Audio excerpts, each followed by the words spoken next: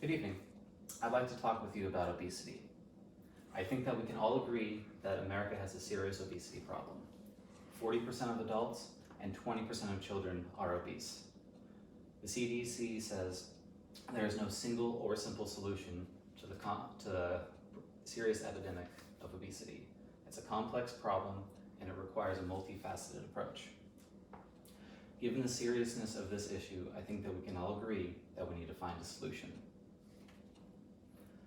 To talk about this subject in depth would take up more time than I have, so I hope to inspire you to be more aware of the seriousness of obesity, and I'd like to start with an area close to me, child obesity and an education system that has failed them. I think that we can all agree that we want our children to grow up happy, healthy, and prepared. To help combat obesity, I propose we implement a new system that includes a more engaging physical fitness activity program and a curriculum that emphasizes better nutrition choices and positively reinforces a healthy lifestyle. Let me explain to you why this is such an urgent issue. Just like a person doesn't become obese overnight, society didn't either. Since the late 1970s, obesity rates have risen from 5 to 20% amongst children and shows little evidence of slowing down. We don't have any time to waste, which means finding a solution is paramount. Now, I'd like to take you through the average week of a high school PE class. Monday, the students will play baseball. Tuesday will be a track day. Wednesday, we'll bring them to the pool. Thursday will be another track day. And Friday is dodgeball Friday. I think on the surface, most of us would agree that sounds like a pretty active week. But let's take a closer look at each day. At any given moment, there's only about 1/4 of students on the field at a time, and baseball isn't an exceptionally active sport. It might be fun for the students, but it isn't the best form of exercise. Tuesday will bring us to the track, and it has a promise, but students only have to complete 1 mile in the 55-minute class period. That's about 2,200 steps, which takes anywhere between 15 and 25 minutes, and will burn between 65 and 110 calories. A student would have to walk between 3.5 and 6 miles to burn off a single piece of pizza, a common staple in cafeteria food. And Wednesday's going to bring us to the pool. Now, given the large class size, usually about 40 students, and the limited staff, 1 teacher, students aren't actually required to be active, but this could still be the most active day of the week, depending on what the students decide to do. Thursday is going to be a repeat of Tuesday, which brings us to dodgeball Friday, which has a couple of options. If the students dodge, duck, dip, dive, and dodge, they're going to be pretty active. But if they get hit right off the get-go, then they're going to be sitting on the sidelines. It's kind of a coin flip.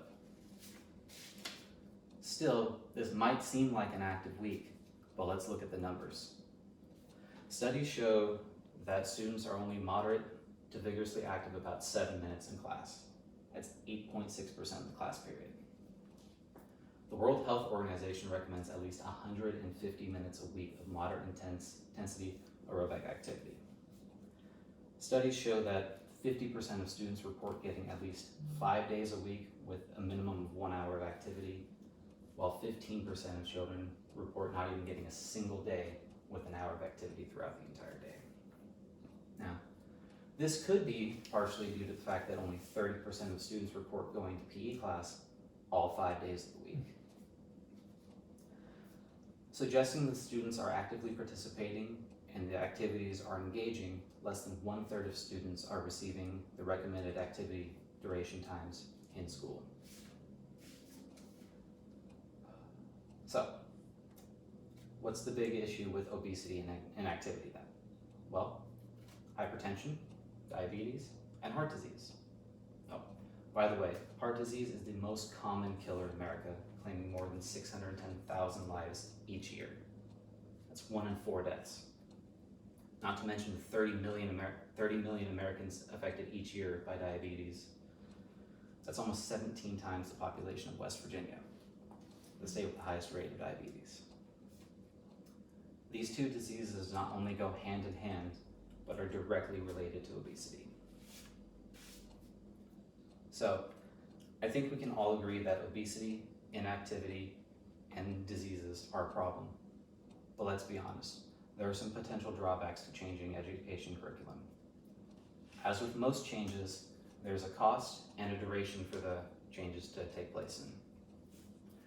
After school fees and school and district fees, a new teacher can cost around $20,000. But the average cost each year in healthcare for obesity is over $92,000 per person. It can take 1 to 2 years to change the school curriculum, but obesity can rob you of 20 or more years from your life. Some people might even argue that it's not worth trying to change the education system, but almost anything is better than the 7 minutes we're giving our children.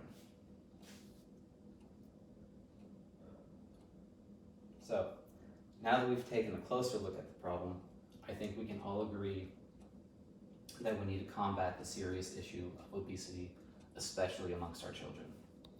If we take the proper steps needed to educate and prepare our children to be more active, make better nutrition choices, and live healthier lives, we can deal a serious blow to the repugnant monster that is obesity.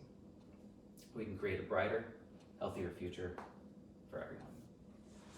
Now, I hope you've enjoyed this small speech, but I'd like to leave you with one more dose of reality. The amount of time it took me to give this speech is the average amount of time a high school student will be active during PE class. Thank you.